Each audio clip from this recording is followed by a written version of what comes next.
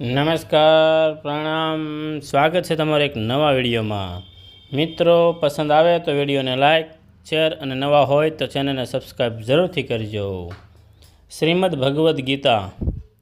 શ્રી ભગવાન બોલ્યા, હે નિષ્પાપ, આ લોકમાં બે પ્રકારની નિષ્ઠા મારા વડે પહેલાં કહેવાઈ ચૂકી છે।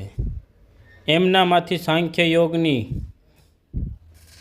નિષ્ઠા જ્ઞાન યોગ દ્વારા અને યોગીઓની નિષ્ઠા કર્મયોગ દ્વારા થાય છે।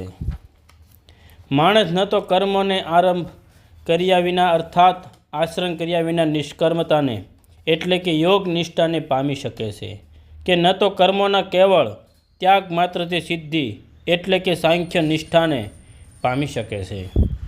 ખરેખર કોઈ પણ માણસ કદીએ ક્ષણ માત્ર પણ કર્મ કર્યા વિના નથી રહેતો, કેમ કે આખાય મનુષ્ય સમુદાયને પ્રકૃતિ નીત ગુણો વડે પરવશ થઈને કર્મ તો કરવું જ પડે છે। જે મૂઢ બુદ્ધિનો મનુષ્ય સઘળી ઇન્દ્રિયોને હઠપૂર્વક ઉપરથી રોકીને મનથી તે ઇન્દ્રિયોના વિષયોને ચિંતન કરતો રહે છે, તે મિથ્યાચારી અર્થાત દંભી કહેવાય છે। પરંતુ હે અર્જુન, જે પુરુષ મન વડે ઇન્દ્રિયોને વશમાં કરી અનાસક્ત થઈને સઘળી ઇન્દ્રિયો દ્વારા કર્મયોગનું આચરણ કરે છે, તે યોગી શ્રેષ્ઠ છે। આથી તું શાસ્ત્ર વિહિત સ્વધર્મરૂપી કર્તવ્ય કર્મ કર, કેમ કે કર્મ ન કરવા કરતાં કર્મ કરવું શ્રેષ્ઠ છે।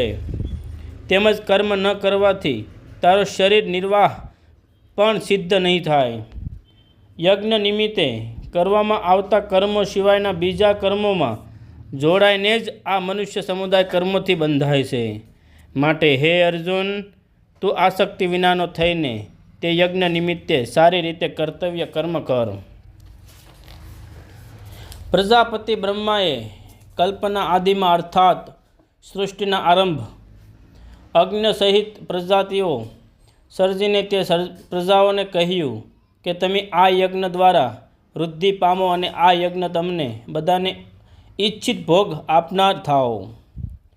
તમે બધા આ યજ્ઞ વડે દેવતાઓને ઉત્પન્ન કરો અને તે દેવતાઓ તમને બધાને ઉત્પન્ન કરે। આ પ્રમાણે નિસ્વાર્થ ભાવે એકબીજાને ઉત્પન્ન કરતા રહીને તમે બધા પરમ કલ્યાણને પામશો। યજ્ઞ વડે વૃદ્ધિ પામેલા દેવતાઓ તમને બધાને વણમાગ્ય જ ઈચ્છિત ભોગો અવશ્ય આપતા રહેશે। આ રીતે તે દેવતાઓ દ્વારા અપાયેલા ભોગોને જે પુરુષ તે દેવતાઓને નહીં આપીને પોતે ભોગવે છે તે ચોર જ છે। યજ્ઞમાંથી વધેલા અન્નને આરોગનારા શ્રેષ્ઠ પુરુષો સર્વ પાપોથી મુક્ત થઈ જાય છે, અને જે પાપીઓ પોતાના શરીરના પોષણ માટે જ અન્ન રાંધે છે તેઓ તો પાપને જ ખાય છે। સઘળાય પ્રાણીઓ અન્નથી ઉત્પન્ન થાય છે, અને અન્નની ઉત્પત્તિ વરસાદથી થાય છે, વરસાદ યજ્ઞથી થાય છે, અને યજ્ઞ વિહિત કર્મોથી ઉત્પન્ન થનારો છે। કર્મ સમુદાયને તું વેદથી ઉદ્ભવેલો અને વેદને અવિનાશી પરમાત્માથી જ ઉદ્ભવેલો જાણ। આથી સિદ્ધિ થાય છે કે સર્વવ્યાપી પરમ અક્ષર પરમાત્મા સદાય યજ્ઞમાં પ્રતિનિષ્ઠ છે। હે પાર્થ, જે પુરુષ આ લોકમાં આ પ્રમાણે પરંપરાથી પ્રચલિત સૃષ્ટિ ચક્રને નથી અનુસરતો અર્થાત પોતાના કર્તવ્યનું પાલન નથી કરતો, તે ઇન્દ્રિયો વડે ભોગોમાં રમનારો પાપાયુ મનુષ્ય ફોગટ જ જીવે છે। પણ જે માણસ આત્મામાં જ રમનારો અને આત્મામાં જ તૃપ્ત તેમજ આત્મામાં જ સંતુષ્ટ હોય, તેના માટે કશું કરવાનું બાકી નથી રહેતું। એ મહાપુરુષનું આ સંસારમાં ન તો કર્મ કરવાથી કશું પ્રયોજન રહે છે, કે ન તો કર્મ કરનાથી કશું પ્રયોજન રહે છે। તેમજ સઘળાય જીવો સાથે આ મહાપુરુષોનો લેશ માત્ર પણ સ્વાર્થ સંબંધ નથી રહેતો। આથી તું નિરંતર આસક્તિ વિનાનો થઈ હંમેશા કર્તવ્ય કર્મોને સમ્યક રીતે કરતો રહે, કેમ કે આસક્તિ વિનાનો થઈને કર્મ કરતો માણસ પરમાત્માને પામે છે।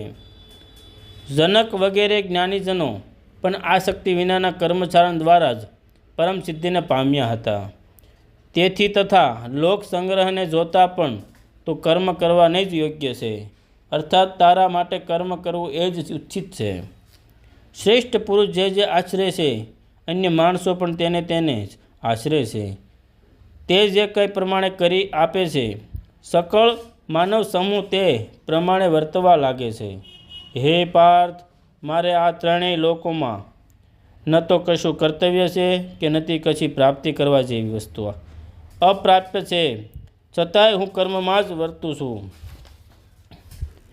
કેમ કે હે પાર્થ, જો કદાચ હું સાવધાન થઈને કર્મમાં જ વર્તું તો ભારે હાનિ થઈ જાય, કારણ કે માણસો બધી રીતે મારા જ માર્ગનું અનુસરણ કરે છે. આથી જો હું કર્મ ન કરું તો આ બધા માણસો નષ્ટ ભ્રષ્ટ થઈ જાય અને હું શકરપણાનો કરનાર બનું તથા આખી પ્રજાને નષ્ટ કરનારો બનું.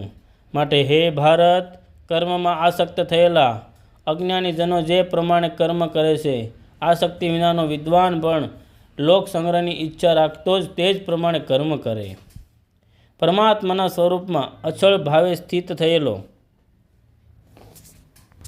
જ્ઞાની પુરુષ શાસ્ત્ર વિહિત કર્મમાં આસક્તિ રાખનારા અજ્ઞાનીઓની બુદ્ધિમાં ભ્રમ અર્થાત એ કર્મ પ્રત્યે અશ્રદ્ધા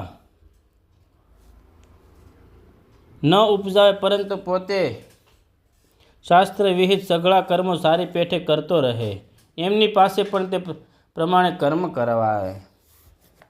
વાસ્તવમાં સઘળા કર્મો સર્વ પ્રકારે પ્રકૃતિના ગુણો વડે કરવામાં આવે છે, છતાં પણ અહંકાર દ્વારા મોહિત થયેલા અંતઃકરણનો અજ્ઞાની હું કરતા છું એમ માને છે. પણ હે મહાબાહો, ગુણ વિભાગ અને કર્મ વિભાગના તત્વને જાણનાર જ્ઞાની યોગ તો સમસ્ત ગુણો જ ગુણોમાં વર્તી રહ્યા છે એમ સમજીને એમનામાં આસક્તિ નથી થતો.